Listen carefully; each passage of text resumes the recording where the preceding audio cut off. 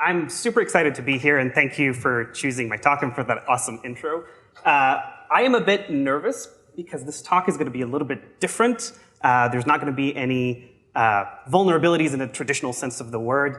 I'm not talking about any specific campaign or threat actor. I actually want to take a journey towards what I think is probably, we can all agree, the most exciting aspect of InfoSec, which is government audits.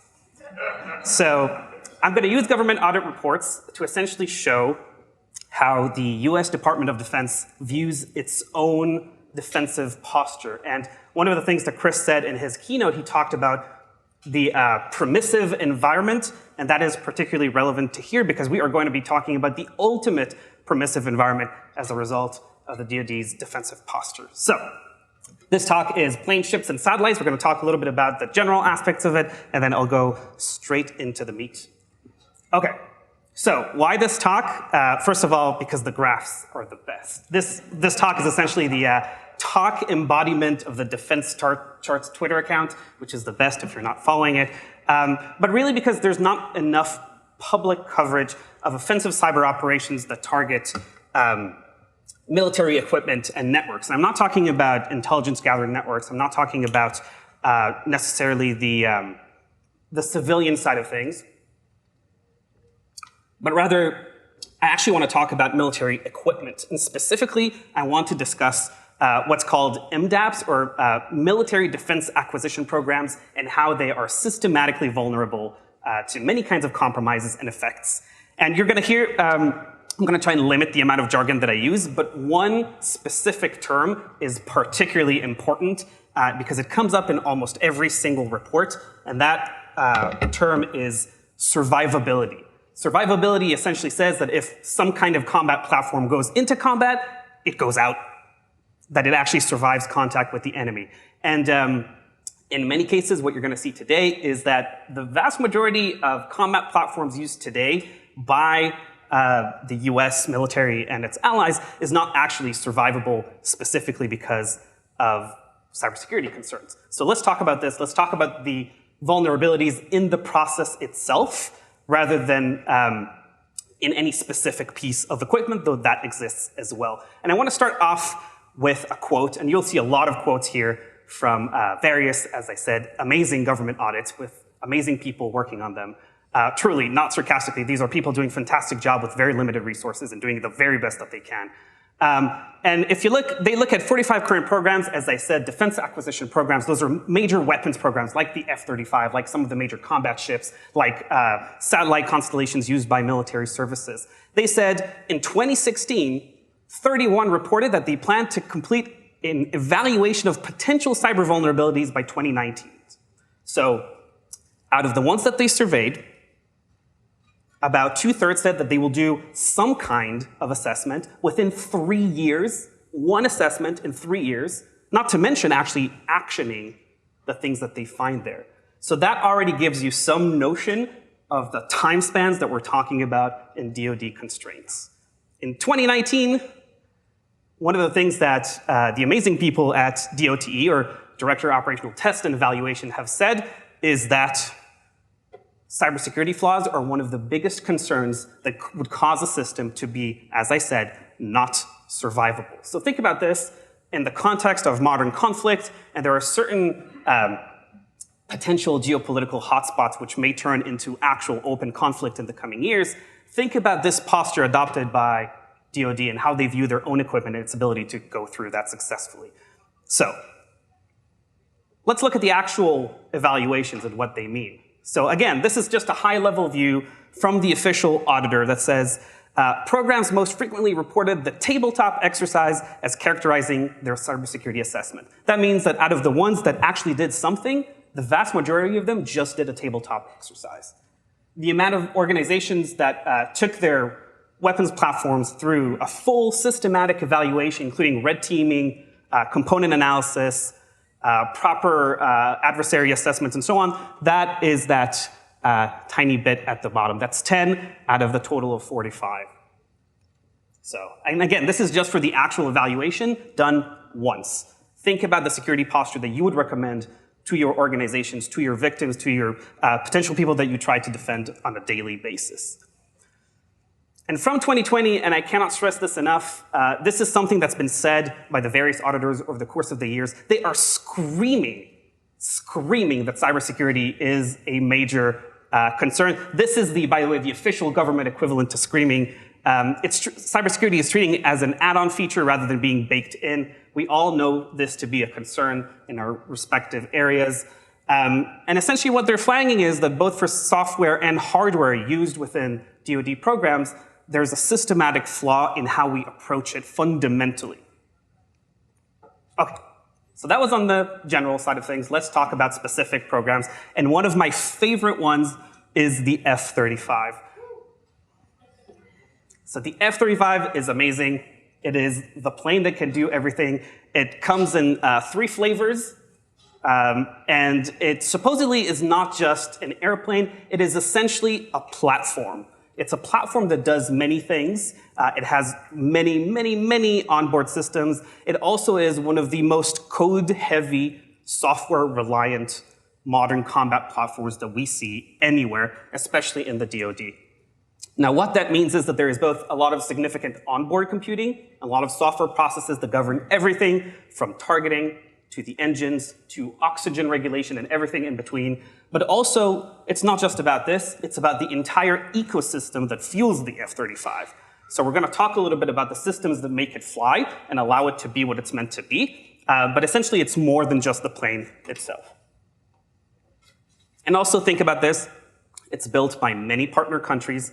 It's meant to facilitate working with allies, or even the US itself working with more outdated platforms. So backwards compatibility is also the order of the day for this. And now come the quotes from the program itself. There are many amazing quotes about issues with the F-35. One of them, and it starts very early, that program has been in the running for over 25 years since its original inception. But one of the amazing things that you see is actually around its software processes, whether that's getting a blue screen while you're flying your F-35 and your radar just stops working, but also the actual auditors repeatedly reporting that the software development process is inherently and fully flawed from top to bottom. So, for example, they're talking about development of mission system software continued to experience delay that affected flight test progress. In many cases, you will see that the report says that they're not actually able to even fully test the platform because things just did not work well enough to even be fully tested. And as these tests continue, the platform actually goes live. The F-35 flies. In some cases, in some countries, it flies combat missions too, while entire chunks of its onboard systems and its support systems don't actually work as intended or at all, to the point where they, in 2019, say that software changes intended to introduce new capabilities or fix deficiencies instead introduced new ones. And ones that not just new bugs, and bugs can be fine and things that you can live with, as we all know, but things that actually affect critical functionality. And that's a big deal for something that's meant to fly into battle, especially in heavily contested areas. So if we're talking about the permissive contested environment, as Chris said, this is it. This is meant to be in that. And there are significant concerns about the survivability of this. It goes on. Yes, an F-35 actually shot itself with its cannon. That's only one piece. That cannon had major software issues that caused it to essentially miss every single time that it fired, because the targeting computer caused it to fire to the right and forward of the actual target. Many issues. But one might say, okay, so they're aware of their problems, they're fixing them, it's gonna get better over the course of time, but not entirely. So if you're talking about 2020, we're still seeing severe quality deficiencies. In 2020, they said the program had 871 open deficiencies, 10 of which designated Category 1. Category 1 is DoD speak for things that adversely can impact mission success, and the most severe of Category 1s can also put people's lives at risk, though this specifically did not entail that. Okay, so in 2020, they said 871. Obviously, they're gonna fix those, especially the Category 1s, right? Nope. In 2021, it had 857 deficiencies, of which 7 are considered Category 1. So we're talking about a year's worth of time between the testing intervals. They fixed some, they probably introduced new ones, but they still have multiple critical gaps in getting the plane to work as intended. And this is, let's be honest, in not the most difficult of scenarios. We have not seen those yet come to fruition. So imagine the actual conflict in place. Again, with the amazing charts. I want to talk about Alice. Alice, or the Autonomic Logistics Information System, is essentially that support network that I mentioned. It is a piece of software and hardware that sits within the unit that deploys F-35 and also connected to a central hub. And what it provides is essentially logistical maintenance and automation for the plane itself. It's what tells you what maintenance you need to do, what is the status of the of every single piece of diagnostic that comes from the onboard plane computer, but it also gives you essentially the go-ahead that the plane is good to go. And Alice is an amazing project because it has suffered many, many, many setbacks, but it also just shows how critical software is to the successive deployment of combat platforms. So for example, in 2016, ambiguity in ordnance loading technical data, one aircraft experienced major damage to a weapons bay door. Essentially, the software didn't tell the operator how to correctly load the bomb. It caused an error, caused an explosion, and some damage. So consider the weaponization of this in an actual adversarial setup when an adversary has access to Alice and is able to do things with it. In other cases, just the sheer notion of deploying Alice forced the operators to reduce the network security of the entire base network just to get it to work because of conflicting permissions requirements. So again, systemic major issues. And then in 2017, major vulnerabilities, still not remedied. Okay, but we're 4 years back. Surely things are better now. In 2017, we actually had an issue specific that a corrupted software update error in Alice grounded an entire unit of F-35s. Again, this was ruled to not have been malicious, but corrupting a software update and the critical dependencies that that endures just goes to show you just how mission critical these pieces of software are and how systematically vulnerable they are to having their processes tampered with. Fast forward 2 years, the auditors now know what we all know. Alice is really problematic. It hasn't been updated in years. It has numerous security vulnerabilities. It's better if we completely redid it. And I have to give them credit that they did declare an alternative program called Odin, Operational Data Integrated Network. They do love their acronyms. That is meant to replace Alice and fix all of its inherent vulnerabilities. That's really awesome, except a year later they completely froze that program. So that's still not happening. So essentially what we're talking about here is issues from 2019 that reflect issues from 2017 that have not been fixed as of 2021 and represent a major systematic deficiency in the ability of getting the F-35 in the air. So not ideal. Okay.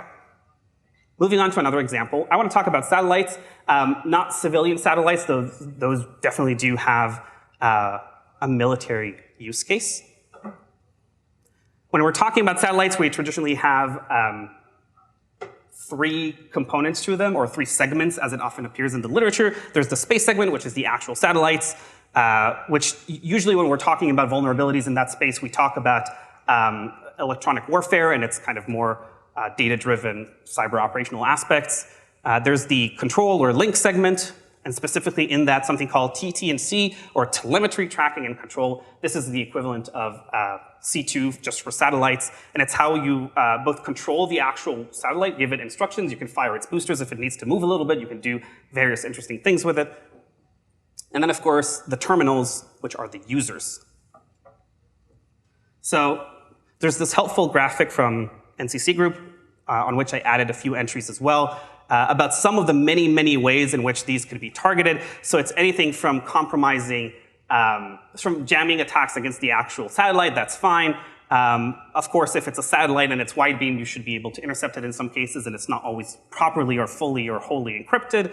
But there's also, and this is something that happens the most often, compromises against the ground stations that do the telemetry tracking. And in fact, most of the compromises that we've seen in that sector go after this because not only is it on the ground and therefore easily accessible, it also tends to be the most the most impactful in what it allows you to do, because it both gives you a view of the ground station, but it also gives you command and control over the satellite in potentia. And these are things that are segmented across multiple operators, multiple defense contractors over the course of many years. And those are a vulnerability by themselves, but they're not the only one. I actually also want to talk about the terminal. And this gives you a view into how the Department of Defense talks about acquisition and why it's so difficult to make things that work as intended. It takes an average of just over 7 years from the design of a satellite to the deployment of the first one. That's actually not that bad. It takes a few more years to get it to full operational capacity, which is launching as many satellites as you need to have a proper working constellation. But all of that doesn't matter unless you actually have terminals, specific terminals that know how to work with that specific satellite, because they are not backwards compatible in the vast majority of cases, which means you need to go to every user in that intended network and upgrade them. And that could be a ship that's deployed, that can be a unit that's deployed, that could be an aircraft, that could be a unit, like an actual people on the ground or a base somewhere. Those are very difficult to do, and it actually takes up to 5 years to do scheduled maintenance on a deployed asset that would not reduce its current operational capacity in a way that would allow you to replace their terminal. Now repeat that across 17,000 terminals, representing 600 different programs and 135 different current designs for terminals. So working at DoD speed, that can take many, many, many, many years, which it absolutely does. So if you look, for example, at one of the satellite constellations, they had intended to have, in 2009, one satellite in orbit and 20% of the terminals fielded, and then they had a bit of a delay. But then in 2019, with 5 satellites in orbit, they still just have 10% of the terminals that they need to make use of that. So they fielded an entire array, an entire constellation of new state-of-the-art military satellites and are completely unable to use them in the context of their operational use. So that means reliance on legacy systems that have since been at least partially defunded because there's a new system in place. They're still supported and there's still things going on there, but again, recall the costs of maintaining and upgrading, especially outdated terminals. Another amazing chart, which I love. The Global Broadcast Service is one example of this. It's a critical piece of the DoD's intelligence network. It provides essentially a wideband service to a lot of tactical military users around the world.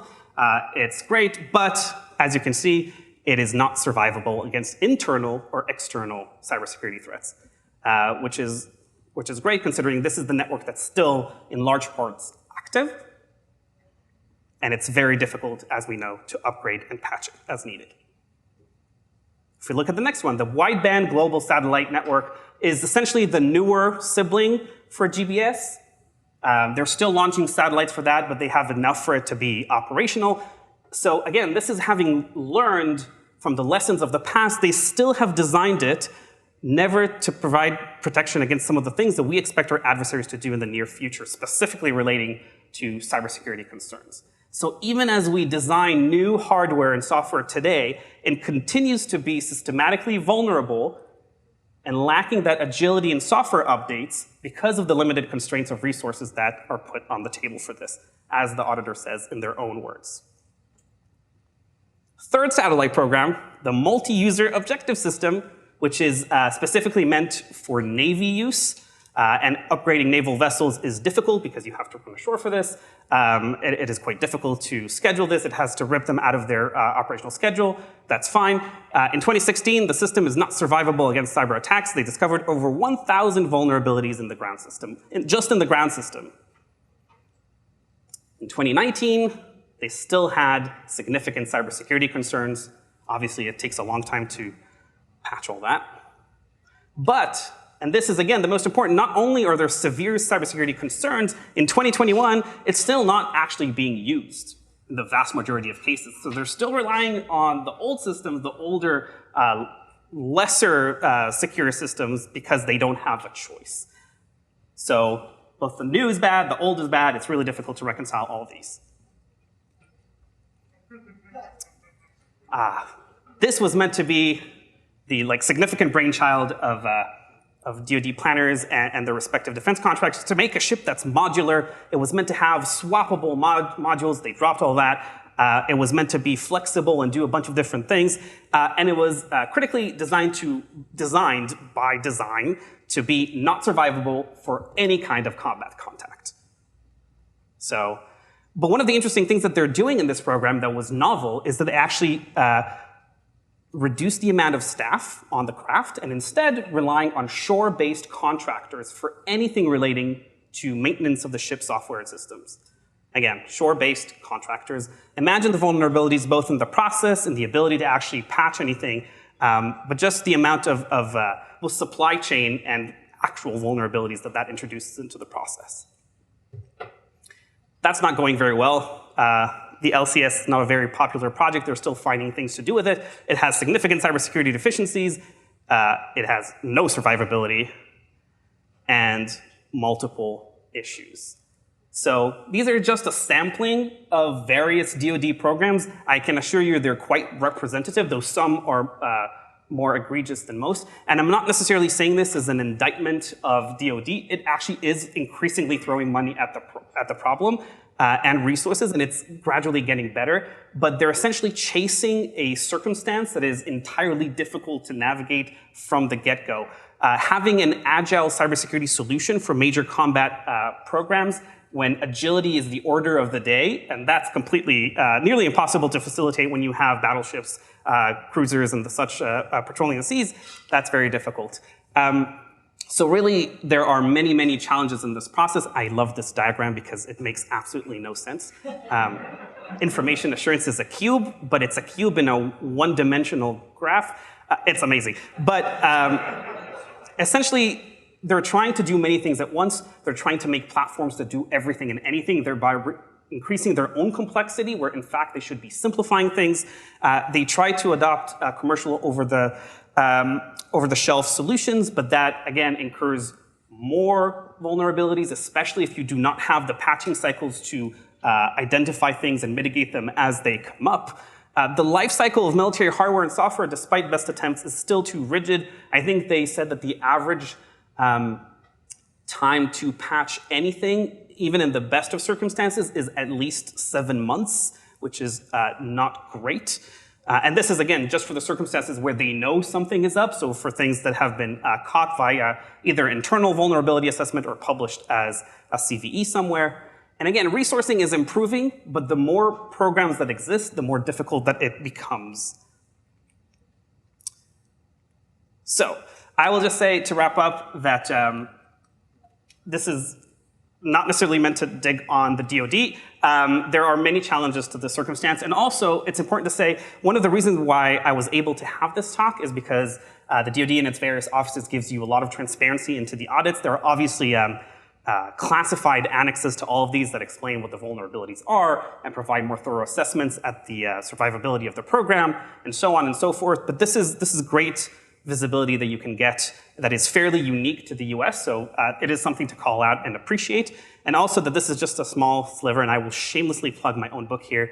I look at offensive cyber operations from the military angle in my upcoming book, and a lot of it covers some of the inherent vulnerabilities that different countries bring to the table, and the US overcomplicated and difficult approach to software and hardware development is one such example.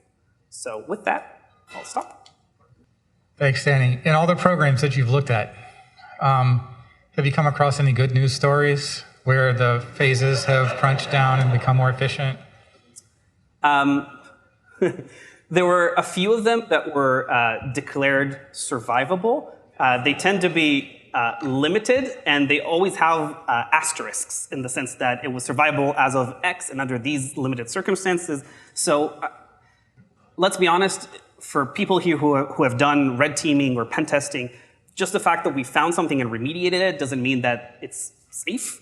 So even the most well-resourced DoD programs and the best remediated issues that they find, take survivability with a grain of salt. But yes, there are some programs that come out better than others, let's say. Good morning. So Other than trying to appropriately price and take into consideration QA and security during your responses to RFPs, as a contractor or the people building these systems, what other things should be done as the initial first steps of, hey, it's not going to fix everything, but we need to start with this 1, 2, or 3 things, and we're going to get a lot better and on that path to getting better?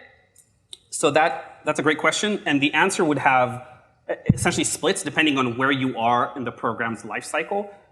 If this program is now initiating, as said, it needs to have cybersecurity concerns baked into the very design aspects. So creating secure platforms that essentially don't trust each other, that have fail-safes, that have mechanical and human overrides where possible, that also allow the operators to implement a truly agile software management process where they can update things if they're needed. But in doing that, not creating additional constraints and vulnerabilities as a result of a centralized patching system, that's one thing. That's hard enough.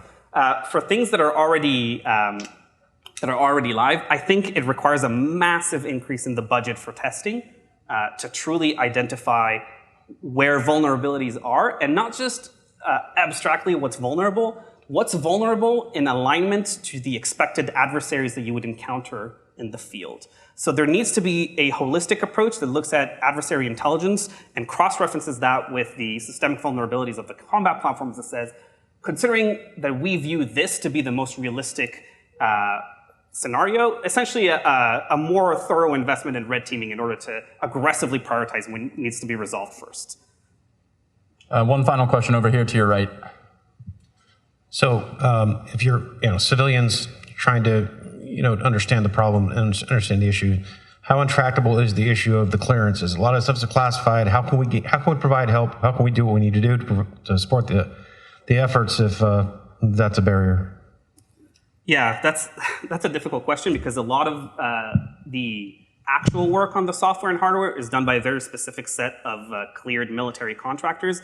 So in that sense, there's not much that we can directly do, but I think a lot of folks here have associations to various elements of decision-making circles, and if we can influence policy in a way that would realign priorities to focus more thoroughly on this rather than creating the next lethal platform, I think that's where our impact is. And I think Chris was on earlier and discussed a lot about priorities and how do we know what to defend and how to defend it. It's not just about critical infrastructure as a concept that needs to be defended, and absolutely does, but it's also putting pressure on DoD through expert opinions that this is something that we can provide through this type of visibility and say, you need to focus on this rather than that. So we have limited reach, but we can try and influence.